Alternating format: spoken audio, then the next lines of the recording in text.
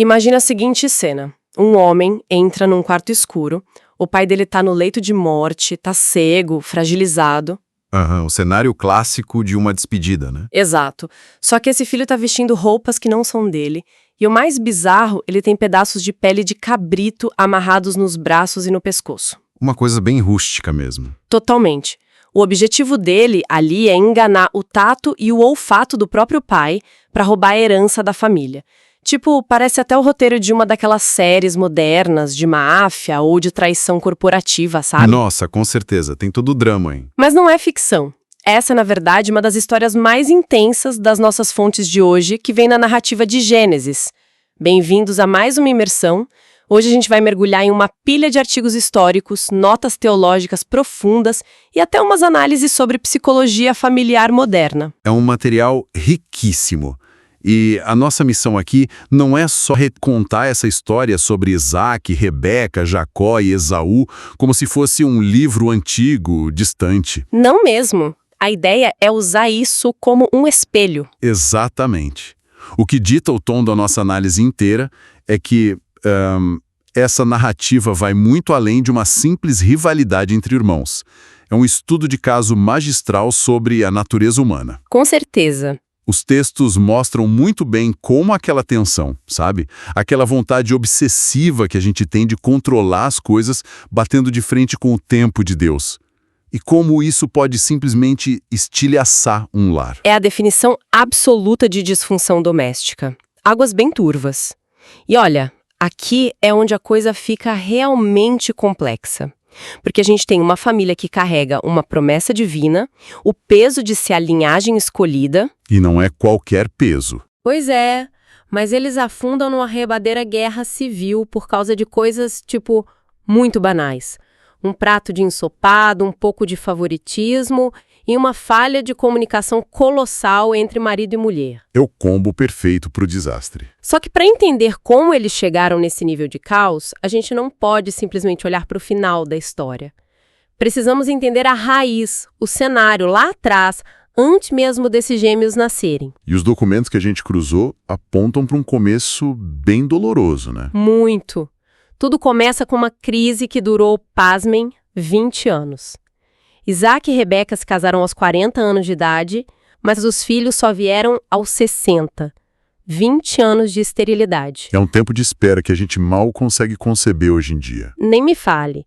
E a fonte destaca muito que Isaac teve uma postura de oração incrivelmente persistente. Só que, e aqui eu admito que isso sempre me deixou um pouco confusa. Pode falar. Se Deus já tinha prometido lá atrás que a descendência dele seria gigantesca, tipo as estrelas do céu, por que ele precisou implorar por isso durante 2 décadas? Quer dizer, se eu tenho uma garantia assinada de algo, eu não fico desesperada cobrando todo santo dia. Olha, essa é uma excelente observação.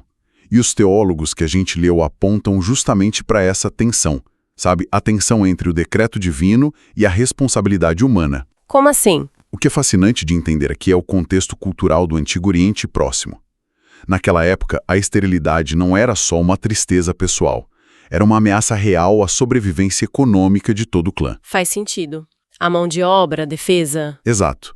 E a solução padrão da cultura deles, a rota mais lógica que todo mundo aceitava, seria o Isaac arrumar uma concubina ou adotar um servo da casa como herdeiro. Que foi basicamente o que o pai dele, o Abraão, tentou fazer no passado para dar um jeitinho, né? Isso, o famoso jeitinho.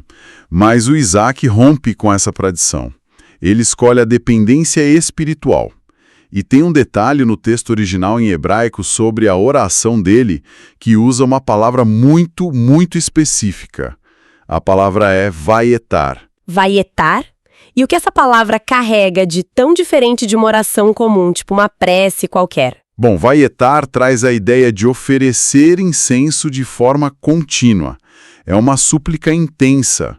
É quase como se ele tentasse invadir o espaço divino de tanta insistência. Nossa! E isso responde àquela sua dúvida sobre o porquê da demora.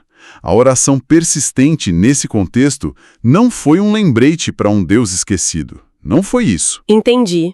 Foi o que, então? Foi o meio instrumental que Deus estabeleceu para que a promessa se cumprisse. O tempo de espera, aqueles 20 anos, não foi um mão de Deus. Foi um processo severo de preparação espiritual. Uma espécie de lapidação, né? Exato. Deus queria que a linhagem fosse resultado de um milagre inegável, purificando a família de qualquer tentativa de resolver a situação na força do braço. De tentar forçar a barra. Isso, 20 anos de silêncio moldaram o caráter de Isaac. Ensinaram para ele que a confiança não tem que estar no resultado em si, mas no relacionamento com quem fez a promessa. A oração operou nele antes de operar no ventre da Rebeca. Peraí, isso muda totalmente a perspectiva. Então o silêncio não era uma recusa, era tipo uma academia para a fé do Isaac? Perfeita analogia. Uma academia pesada. É muito profundo, principalmente para a nossa geração, sabe? A gente não tem paciência para esperar um áudio de 1 minuto sem colocar na velocidade 2.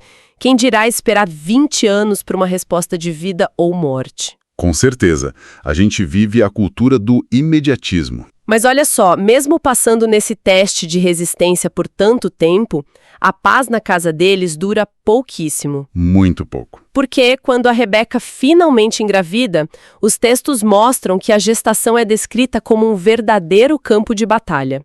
Não é só um bebê chutando a barriga da mãe, né? Tem uma carga bem mais tensa ali. Tem sim, e mais uma vez, o hebraico nos dá a chave. A palavra usada para descrever a movimentação no útero é vaitrotsatsu. E o que isso quer dizer na prática? Significa esmagar, oprimir, quebrar em pedaços.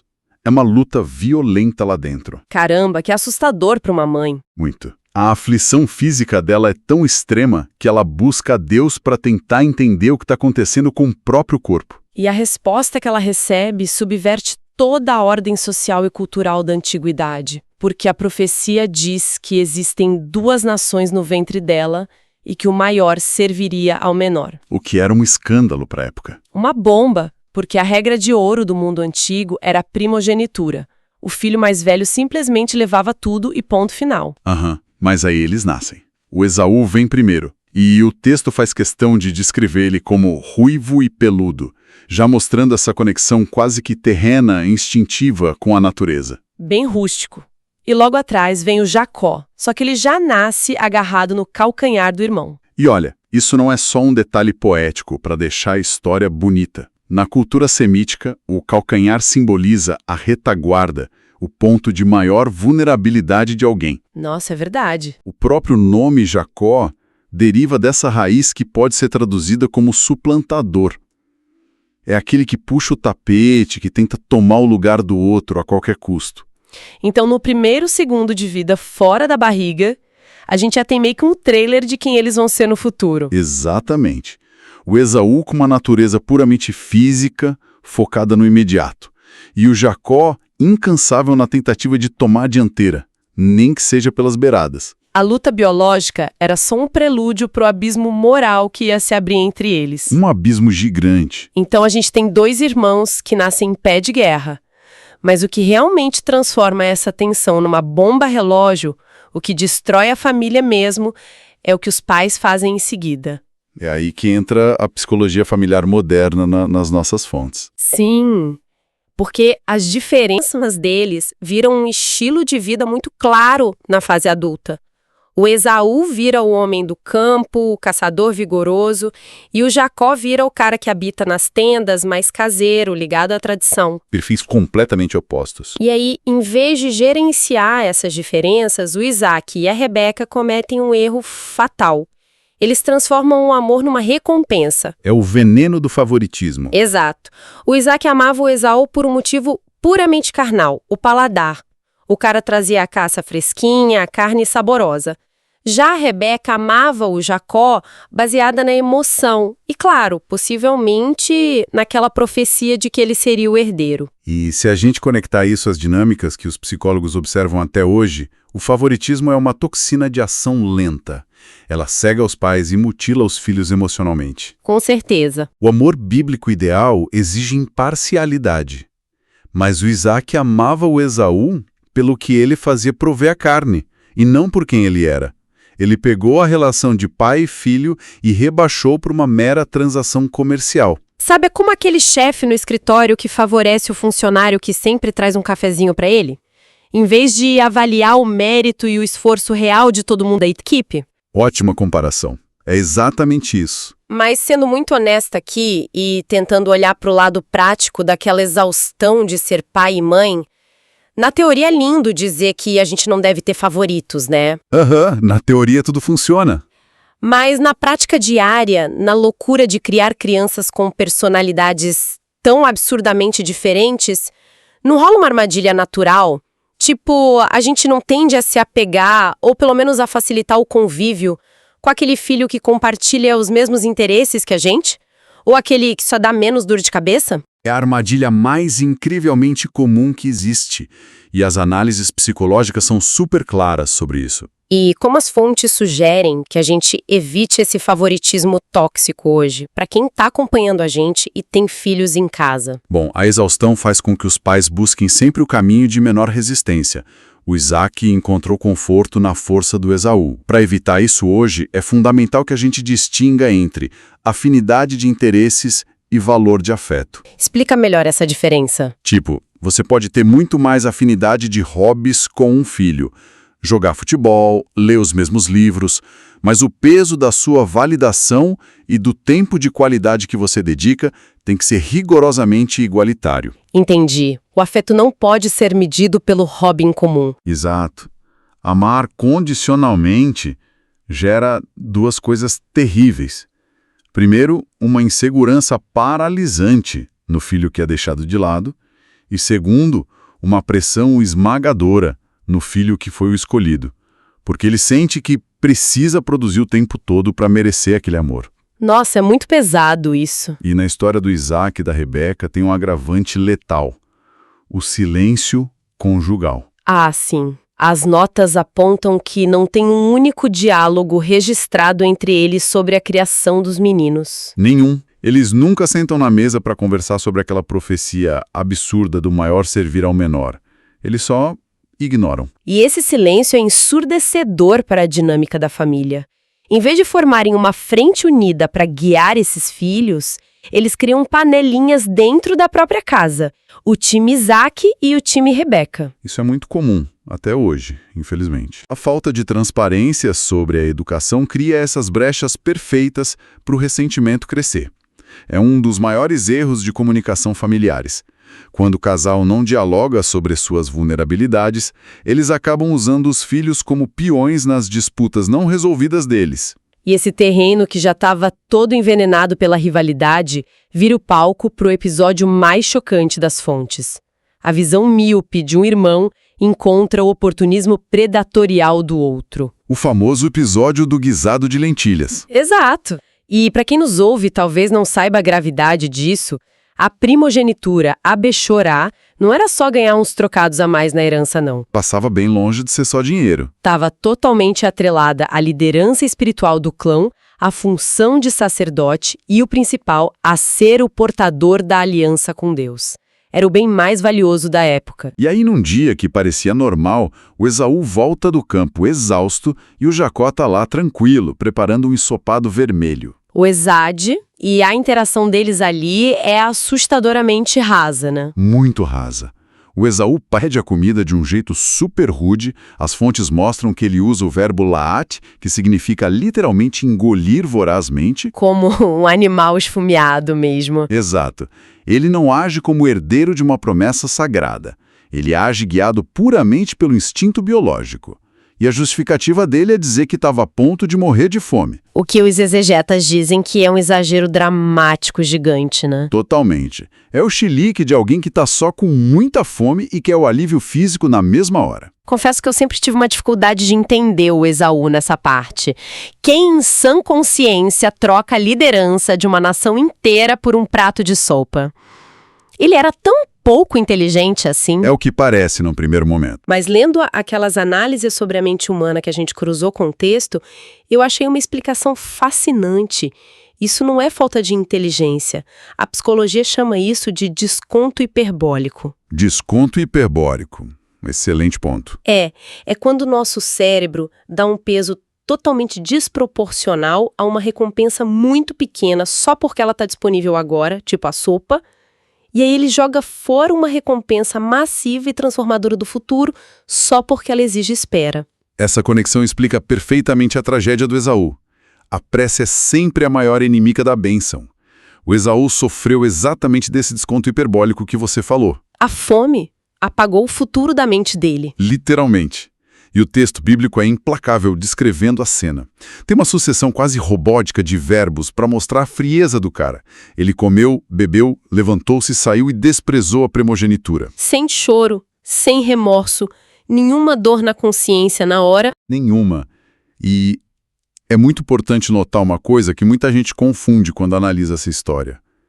O Esaú não foi roubado nessa fase do ensopado. É verdade. O Jacó foi um oportunista de caráter muito duvidoso. Sim, sem dúvida. Mas o Esaú foi tentado pelo imediatismo e cedeu de livre e espontânea vontade. Ele tratou o eterno como lixo por causa de um estômago roncando. E olha, isso obriga a gente a se olhar no espelho. Porque é super fácil ridicularizar o Esaú pela sopa. Mas a verdade é que o comportamento humano é programado para buscar o alívio imediato. Infelizmente é. Sempre que a gente sabota um projeto de longo prazo na saúde, estoura o cartão de crédito por um luxo momentâneo, ou foge de uma conversa difícil com o parceiro por causa de um conforto agora, a gente está na prática sentando na mesa e comendo guisado de lentilhas.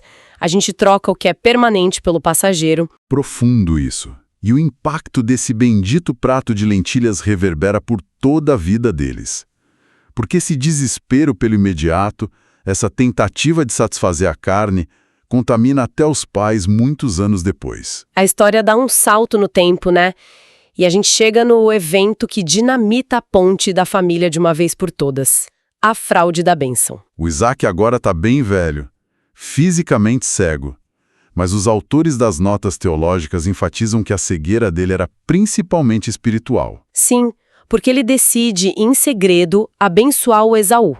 E o motivo? De novo, o estômago.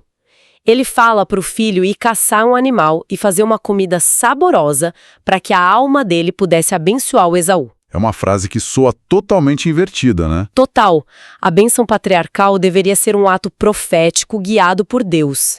Mas o Isaac tenta atrelar um evento espiritual ao paladar dele. Ele quer sentir o gosto da carne selvagem para liberar a bênção. Ele está deliberadamente tentando atropelar o decreto divino que a Rebeca ouviu de Deus. Tudo para favorecer a preferência pessoal dele. Ele quer forçar o cumprimento da tradição humana e ignorar a revelação.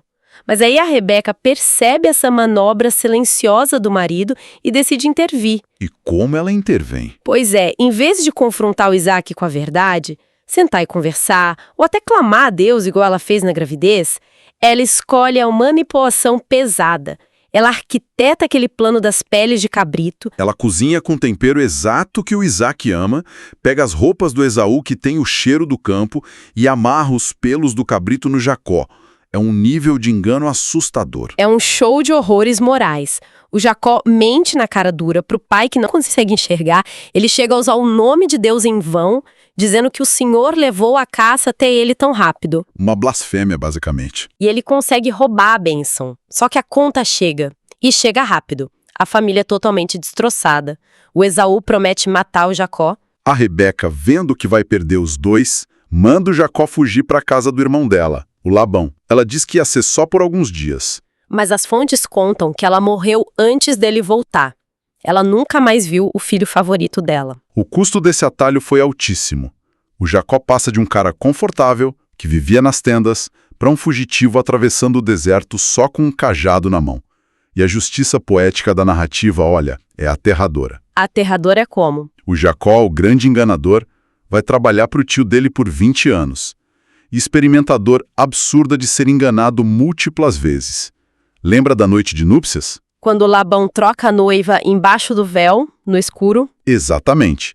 O homem que enganou o pai cego no escuro acaba sendo enganado pelo sogro no escuro. A lei do retorno opera sem dó. Nossa, e isso nos leva para a grande questão teológica de toda essa imersão. É o ponto que as fontes mais debatem, porque parece que literalmente todo mundo nessa história tentou manipular o cenário. Ninguém escapa. O Isaac força a bênção ilegítima, a Rebeca manipula, o Jacó mente. Se o plano de Deus desde o início era que o Jacó fosse o líder e tudo aconteceu no meio dessa teia de mentiras, como a soberania de Deus sobrevive nessa bagunça humana? Digo, não fica parecendo que os fins justificam os meios e que Deus precisou do pecado deles? Essa é a pergunta mais crítica que se pode fazer para esse texto. E os teólogos dão um nome para isso. Eles chamam de concorrência divina. Concorrência divina? Traduz pra gente. Significa que Deus é 100% soberano e governa o caos, mas ele não é o autor do mal e não viola o livre-arbítrio. Deus trabalha por trás e acima das escolhas equivocadas das pessoas para realizar o propósito dele. Então, ele não endossa o erro. Jamais. A grande lição aqui é que a vontade de Deus se cumpriu não por causa da mentira da Rebeca e do Jacó, mas apesar dela. Então, se eles não tivessem feito absolutamente nada, Deus ia garantir a promessa para o Jacó de qualquer jeito. Com certeza. A ansiedade deles não ajudou Deus em nada, só serviu para destruir a família. E a maior prova de que Deus não aprova os métodos deles é a disciplina severa que cai sobre o Jacó. O exílio de 20 anos? Isso. A bênção não foi um escudo mágico contra os erros dele. Ele herdou a promessa sim, mas precisou ser quebrado lá longe para ter o caráter alinhado ao peso do chamado. Ele teve que deixar de ser o Jacó, o suplantador, para virar Israel, alguém que depende do Criador e não da própria astúcia. A colheita amarga foi inevitável. Bom, isso amarra a nossa conversa de forma brilhante, desde aquela oração no começo até a fuga de um cara que ganhou o mundo, mas perdeu a própria casa. Então, resumindo tudo que a gente destilou hoje, a dinâmica da nossa família pode ser a nossa fundação mais forte ou a ruína mais rápida. É o nosso maior campo de teste. Fica o alerta para quem está acompanhando a gente, para que a gente não tenha o espírito do Esaú, aquela vontade de trocar o eterno pela conveniência barata de hoje, pelo alívio instantâneo. E que a gente também não caia no método do Jacó, que é tentar forçar as coisas boas através de manipulação e atalhos. Síntese perfeita. As nossas casas só prosperam, na verdade nua e crua, com comunicação clara e sem favoritismo. E olha, para fechar eu queria deixar um último pensamento provocativo. Um detalhe que estava nas margens de uma das análises. Manda. A simetria das consequências dessa história dá calafrios. Anos e anos depois do Jacó enganar o Isaac usando as roupas do irmão e a pele de um cabrito morto, os próprios filhos do Jacó pegariam a túnica do filho favorito dele, o José, manchariam ela com o sangue de um cabrito e usariam isso para fingir que o menino foi devorado por uma fera. Caramba! Os mesmos exatos elementos. O sangue, o cabrito, a rouca, a mentira para o pai. Isso obriga todo mundo que está ouvindo a refletir. Será que os pecados e os favoritismos que a gente se recusa a confrontar hoje estão silenciosamente destinados a se repetir como um eco nas vidas das nossas próximas gerações? Uau! É uma constatação de tirar o fôlego. Os ciclos familiares não se quebram sozinhos com o tempo, né? Eles se quebram com a verdade. E exige muita coragem para olhar para o painel da própria família e mudar a rota. Muita coragem. Bom, agradecemos demais a companhia da nossa audiência que ficou com a gente nessa análise tão profunda, que a história de Isaac, Rebeca e seus filhos sirva de farol. Quando a tensão subir, a gente cede ao prato de lentilhas do alívio fácil ou a gente suporta o processo para construir um legado de verdade. Fica aí a reflexão para o pessoal de casa. Até a nossa próxima imersão.